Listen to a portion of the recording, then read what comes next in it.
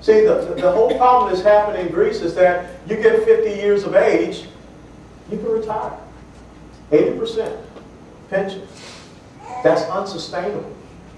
And so all of a sudden the Greek government says, we can't do this anymore. We're broke. And what did the entitlement class in Greece say? We don't care. See, we live right now in the United States of America where it was just said about a month and a half ago, 47% of Americans don't pay federal income taxes. But yet 47%, they vote.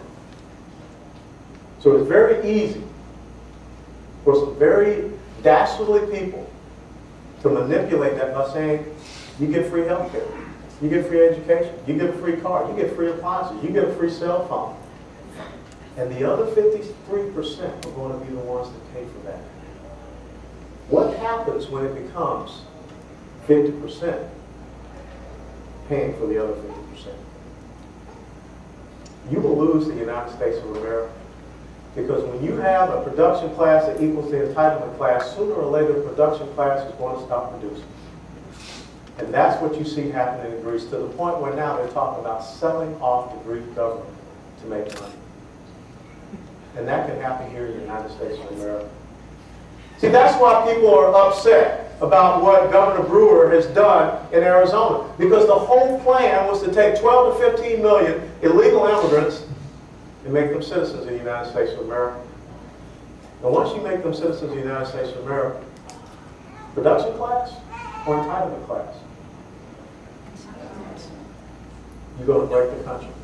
Because sooner or later, it'll be 55% taken care of. 45% taken care of 55%. See, just yesterday, when it comes out and it says that our debt is starting to overtake our gross domestic product, our GDP.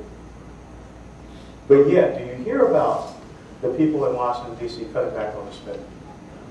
Because the thing is, they have to continue to provide those free entitlements. They have to continue to provide those things that they have promised people, because it is not so much about the future and the legacy of this constitutional republic.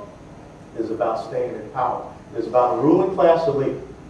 It is about a new 21st century American Politburo that believes that they know what's best for you. See, 12%. The public sector is outpacing the private sector. And when the public sector is growing faster than the private sector, that means you don't have the money. You don't have the money for investment. You don't have the money for ingenuity. You don't have the money for innovation. There will not be long-term economic growth in the United States of America. Because the bottom line is this.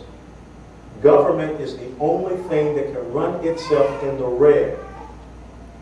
And if it wants to generate capital, it prints more money, it borrows more money, or it raises taxes. And that's exactly the three things that we're doing right now in the United States of America, which history will tell you that will keep you in the economic morass that we're in right now, and will lead to an even deeper recession and possibly a depression. And if you continue to print more money, that means you're going to have inflation. That means you're going to devalue your dollar. If you continue to borrow more money, guess who owns you? Communist China. And that's a communist China that understood one simple thing with the collapse of the Soviet Union. We did not defeat the Soviet Union militarily, ladies and gentlemen. We defeated the Soviet Union economically. China paid attention to that. And once China got a hold of Hong Kong, they realized that even as a communist country, they could use capitalism to defeat the West and set the conditions for a subsequent military defeat. And that's why, with the trade surplus that they have, 10 years. Largest blue water navy that the world will ever know. And for all my Navy brethren out there, I'm going to give you a little hat tip. You extend the power of a nation through the sea, not through the land. And when you combine that, the fact that China now is controlling both points of the Panama Canal. China now is in Costa Rica. China is building port facilities in the Bahamas. China is seeking to buy land leases for oil exploration off the coast of Cuba. That's 50 miles, 90 miles away from where we sit right now, here in Congressional District 22.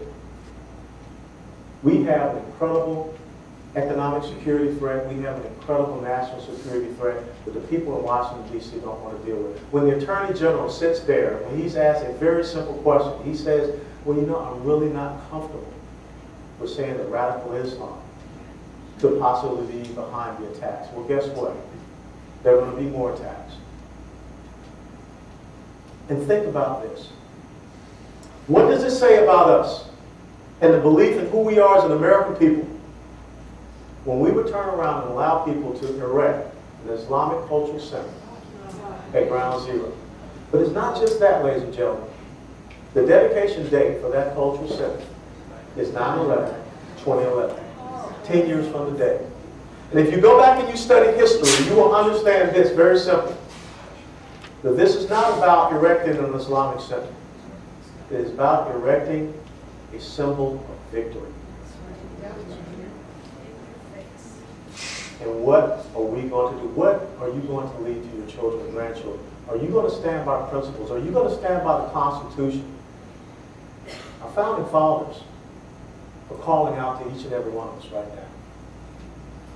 You know, when Benjamin Franklin walked out of the Constitutional Hall in Philadelphia, a woman walked up to him and said, Mr. Franklin, what have you men been doing in that hall?